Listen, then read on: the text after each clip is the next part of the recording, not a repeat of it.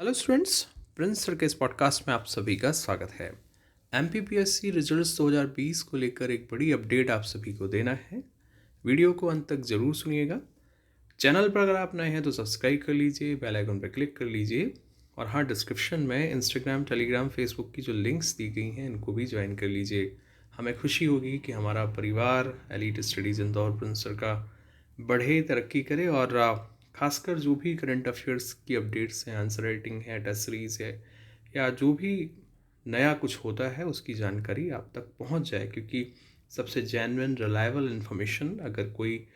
दे रहा है तो वो यही चैनल है, यही प्लेटफॉर्म्स हैं। चलिए बात कर लेते हैं। आप सभी अभ्यर्थी रिक्वेस्ट कर रहे थे, चाह रहे थे कि एमपीपीएससी रिजल्ट्स 2020 को लेकर मैं पॉडकास्ट लेके आऊँ, क्या अपडेट्स हैं और साथ ही साथ 5 दिसंबर 2022 को आयोग के कार्यालय पर बच्चे इकट्ठा होने वाले हैं और क्या क्या उनकी मांगे हैं वो भी आपको बताएंगे। इससे पहले पुनः मैं आपको कह दूं कि देखिए, जितने भी छात्र हैं, अभ्यर्थी हैं,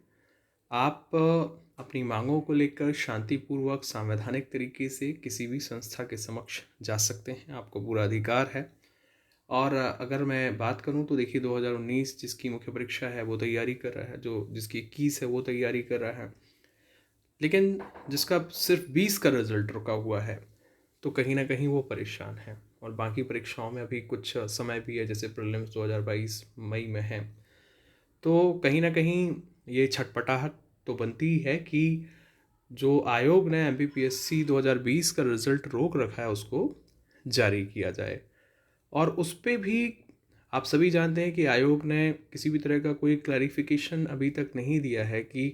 आखिर रिजल्ट रोके जाने का स्पष्ट कारण क्या है। सिर्फ एक कारण है कि हम कानूनी सलाह ले रहे हैं, एडवाइस ले रहे हैं और उसके बाद जो है चीज़ों को हम जारी करेंगे, लेकिन कब तक रिजल्ट जारी होगा ये कोई कंफर्म नहीं है।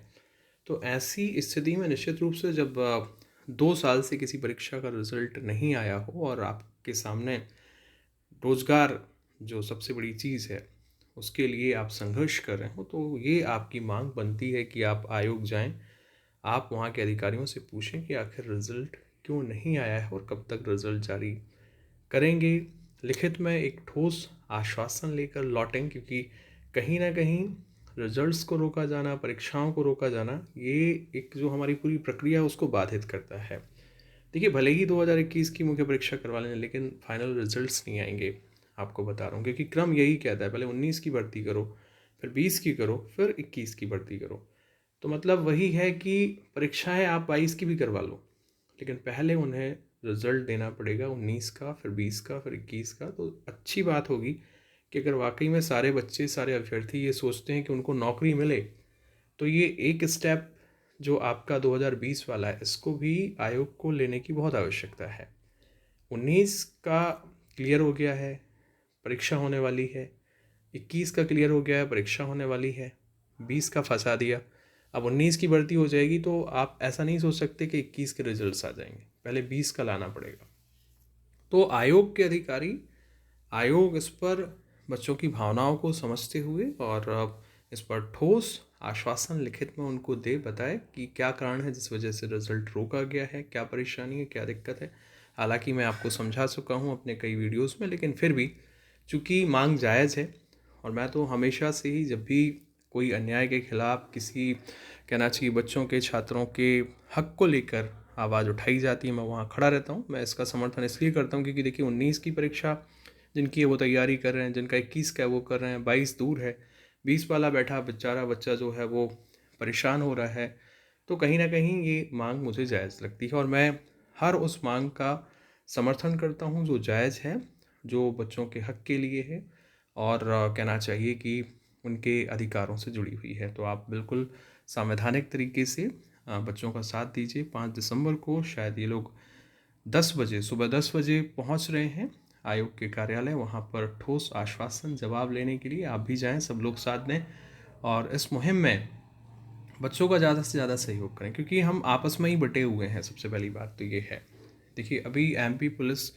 के जो रिजल्ट्स थे उस समय जब ये बच्चे एमपी पुलिस कांस्टेबल वाले प्रोटेस्ट कर रहे थे, एमपी पीएससी वालों को कोई लेना देना नहीं। एमपी टेट के बच्चों के साथ कुछ गलत होता है, MPPSC वालों को कुछ लेना देना नहीं, MPPSC वालों के साथ गलत होता है, इनको कुछ लेना देना नहीं। और तो छोड़िए, जितने ये सो कॉल्ड इंस्टीट्यूट्स हैं या इनके जो पढ़ाने वाले सो कॉल्ड लोग हैं, ये तक हम लोग इकट्ठे नहीं हैं कि कम से कम अगर कोचिंग के जो टीचर्स हैं, कोचिंग के जो लोग हैं, जो बड़े बड़े बच्चों को क्लासरूम्स में बिठा के हज़ारों बच्चों को एक साथ पढ़ाते हैं, उनसे फ़ीस लेते हैं, उनसे सब कुछ करते हैं, इनका घर परिवार सब चल रहा है, लेकिन ये इतना दम नहीं रखते हैं कि इकट्ठे हो जाएं और बच्चों की मांगों को लेकर अड़ जाएं। तो पूरे MP में कुछ 2-4 शिक्षक हैं जो बच्चों की आवाज़ बने हुए हैं, और ऐसे शिक्षकों को ही छात्रों को सपोर्ट करना चाहिए, उनको आगे बढ़ाना चाहिए, क्योंकि अगर वो आपको आगे बढ़ाने के लिए प्रयास कर रहे हैं, चाहे वो मैं हूँ, कोई भी हो, बिकॉज आप सभी समझते हैं कि अगर ऐसे लोग जो कि आपकी कोई हेल्प नहीं कर रहे हैं, आपके साथ कभी कोई काम में नहीं आते हैं, सिर्फ वो क्लास में ही बस बुद्धिजीवी बने रहते हैं, क्लास के अंदर ही आपको बड़े बड़े ज्ञान, बड़े बड़े सारी चीज़ें आपके लिए बघाड़ते रहते हैं, लेकिन जब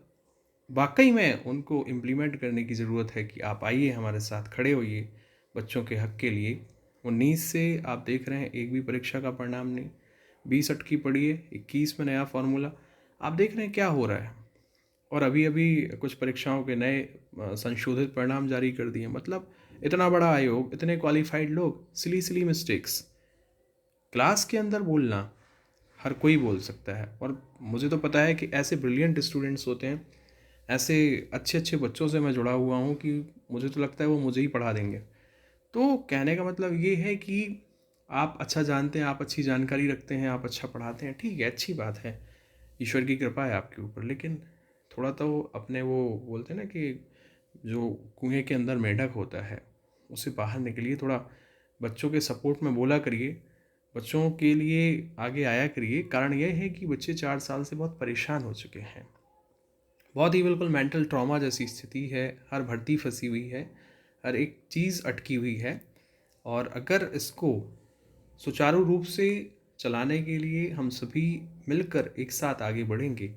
सपोर्ट करेंगे, आगे आएंगे, तो निश्चित रूप से धीरे धीरे जो है चीज़ें सही हो जाएंगी। सरकार से कोई लड़ाई नहीं है हमारी, ना हमें कोई झगड़ा करना है, हम तो बस, हमारे संविधान ने अधिकार दिया है कि हमारा जो रोज़गार का अधिकार है उसको क्यों छीना जा रहा है। हमारा जो प्रयास है, हमारा जो श्रम है, हमारी जो मेहनत है, उसका परिणाम हमें क्यों नहीं मिल रहा, बस इतनी सी मांग है। बाकी किस पार्टी की सरकार है, कौन बैठा है, कौन नहीं बैठा है, हमें तो हर किसी से बस यही चाहिए कि हमको रोज़गार दीजिए, आप रोज़गार दीजिए, हम खुश हैं, कोई दिक्कत नहीं है। आई होप आप समझ गए होंगे, और 5 दिसंबर 2020 को पहुँचें, सपोर्ट करें, और संवैधानिक तरीके से, शांतिपूर्वक तरीके से पहुँचें, वेल डिसिप्लिन्ड मैनर में। किसी भी तरह का कोई वहाँ पर आपको अनकॉन्स्टिट्यूशनल किसी भी तरह का कोई चीज़ नहीं करना है, क्योंकि आप सभी जानते हैं कि हम MPPSC की तैयारी करने वाले वेल एजुकेटेड और पढ़े लिखे लोग हैं, तो वो हमारे कहना चाहिए व्यवहार में दिखना चाहिए। तो यही अपील है, बाकी बस यही कहूँगा चलते चलते कि बेटा देखो, पढ़ाई करते रहो, ठीक है। मैं भी चाहता हूँ, मैं भी जानता हूँ कि देखिए नौकरी नहीं मिल रही है, बड़ी टफ़ सिचुएशन है, लेकिन अभी चूँकि आप देख रहे हैं कि आग लगी हुई है, आग मतलब ये कि एक के बाद एक नोटिफिकेशंस आ रहे हैं, तो थोड़ा सा पढ़ाई तो करना ही है, फर्स्ट प्रायोरिटी है, और साथ में थोड़ी बहुत जो ये लड़ाई चल रही है उसको भी कंटिन्यू रखेंगे तो ज़्यादा अच्छा रहेगा। आप देखते रहिए मेरे वीडियोस, पॉडकास्ट। मैं एक बड़े भाई की तरह, एक टीचर की तरह, एक गार्जियन की तरह आपको गाइड करने की कोशिश करूँ, क्योंकि मुझे पता है कि ईश्वर ने मुझे सब कुछ दिया है। अगर मैं अपने नॉलेज से, अपने ज्ञान से, अपनी बातों से कुछ आपको दे सका और आप ले सके, तो मेरे लिए बड़ी ये खुशी की बात होगी। ओके स्टूडेंट्स, नंबर है 9685570712। इस पर आप व्हाट्सएप करिए, बात करिए, और अपने दोस्तों, मित्रों, सहपाठियों, संबंधी जनों को बताइए कि प्रिंस सर के वीडियोस जरूर सुना करें, क्योंकि अगर आपको रिफ़्रेश होना है, मोटिवेट होना है, तो फिर ये अच्छा साधन है आपके लिए। मिलते हैं अगले पॉडकास्ट में, धन्यवाद।